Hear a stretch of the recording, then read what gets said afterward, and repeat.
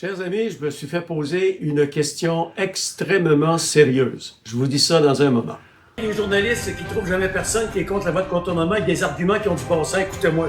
La fonction publique est un monstre qui se nourrit de lui-même. On coupe dans l'éducation, on coupe dans la santé, on coupe dans les services à la population. Je suis payé, moi, pour être incompétent. J'avais une belle gang de fonctionnaires à Québec au gros salaire qui se pognent le moine à pleine journée. Maintenant, Donald Trump. Hey, le gros épais. Il ne laisse personne indifférent. Ses commentaires sont directs et il n'a pas la langue de bois.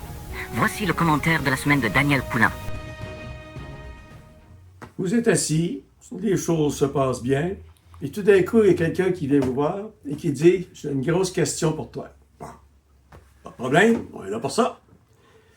On va-tu avoir une troisième guerre mondiale? Allô, la question? Ouh!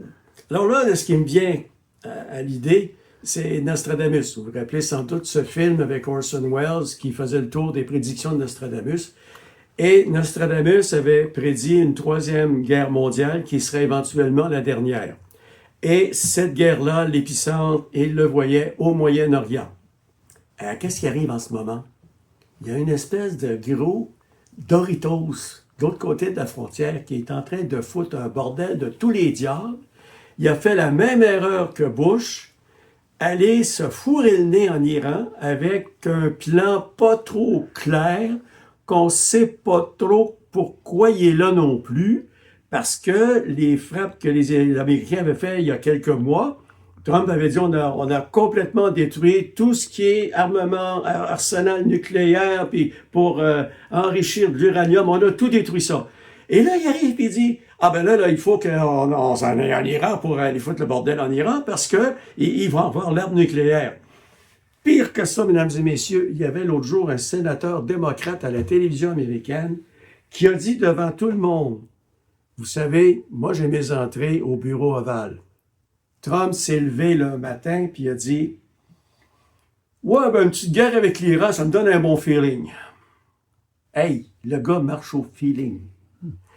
Là, les Iraniens ont un nouveau guide suprême. Bon, parce que là, ce qui arrive, c'est que la garde républicaine là-bas, les gardes de je ne sais plus trop quoi, là, c'est un enrôlement religieux. Alors, ces gens-là, ce qui arrive, c'est que vous ne les ferez pas changer d'idée demain matin, là.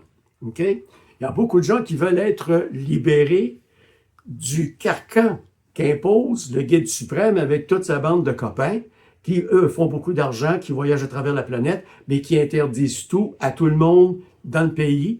Et c'est effectivement un régime épouvantable. On va vous tirer une balle dans la tête pour un oui ou pour un non. Puis la dame qui a le malheur de ne pas porter son voile selon les règles de l'ayatollah, ben là, il y a une dame qui est en prison pour la vie. Puis finalement, ben, au bout de 3 semaines, 1 mois, on a appris qu'elle était morte. Alors effectivement, c'est un régime de... Bon, il y a des mots pour ça. Mais là, Trump, le gros orange, avec son ami Netanyahou, parce que les deux sont pris avec le même problème, au cas où vous ne le sauriez pas. Autant Trump que Netanyahou, quand ils seront plus président ou premier ministre, ils sont 50 à les attendre à la porte. OK? Netanyahou, c'est un voleur, c'est un crosseur. Et Trump, c'est un voleur, et c'est un crosseur. Le gars, il a augmenté sa fortune du tiers depuis qu'il est président parce qu'il est président.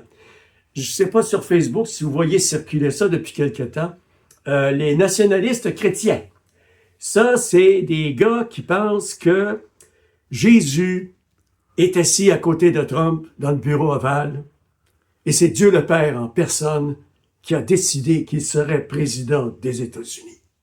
Alors là, il nous envoie toutes sortes d'images de Trump avec Jésus. Il prend Jésus par la main et là, il prie. Et tout d'un coup, on entend Trump dire que les religieux en Iran, c'est une bande de ci, puis c'est une bande de ça. Le gros cave, 2 jours avant, il était une bande de preachers nationalistes chrétiens, la main sur l'épaule de Trump en train de prier. Hey! Alors, les États-Unis sont dirigés par une bande d'incompétents, une bande de cons. Et là, ben là, ils sont en train de foutre le bordel. Parce qu'écoutez, là, Trump, il a fait sa gang de la paix, là, que ça coûte 1 milliard pour être membre. Ben, ça donne que la moitié des membres de sa bande pour la paix, ben, ils se font bombarder par l'Iran. Parce qu'il y a des bases américaines dans ces pays-là. Alors là, ces Arabes-là disent, hey, wow, minute, là. Et là, ils veulent vendre du pétrole, ces Arabes-là. Pas de pétrole, ils n'ont pas d'argent, pas d'argent. Ben là, ils ne pourront plus s'acheter des montres en or, des Ferrari. Ben là, le détroit d'Ormuz est fermé. Ils sont tous en beau maudit. Hein, il aime moins Trump, là. Dans le dernier sondage qui a été rendu public, 70% des républicains américains approuvent Trump. Il ne faut pas être vite à switch pour faire ça. Mais il y a 80% des démocrates qui le désavouent et 60% des indépendants qui le désavouent.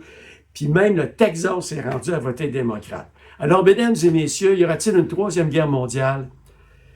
Je ne sais pas. Mais il faudrait qu'il arrive quelqu'un, un moment donné, pour prendre ce gros imbécile-là, puis le garrocher n'importe où, mais sauf à la présidence, parce qu'oubliez pas que lui, malheureusement, il a les codes nucléaires. Alors sur ça, essayez quand même de dormir sur vos deux oreilles. Puis, ne manquez pas les petits commentaires de l'ami Lapierre. Hein? Le dernier a fait beaucoup jaser à l'Hôtel de Ville.